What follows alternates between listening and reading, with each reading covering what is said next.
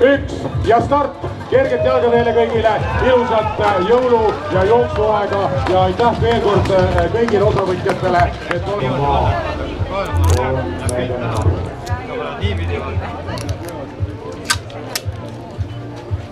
võistkond number 2 teatevahetust üle tõusnud märkimisväärselt heasse sportlikku vormi.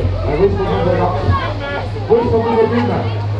Võistkond number 10 aastaid tagasi Mari Misko Kalle maratonil 3 päeva kokkuvõttes teinud sellise vahva triki, et alistanud, seljatanud, jätnud oma selja taha kõik meie Hinsaared, Tõnu Timo Tammemäe ja Mariann Sulg Austraalias toimunud maailmameistrivõistlustel siis taas maailmameistritiitliga.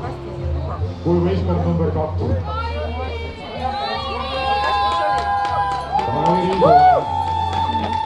Kaili lõpetab distantsi tulitakus.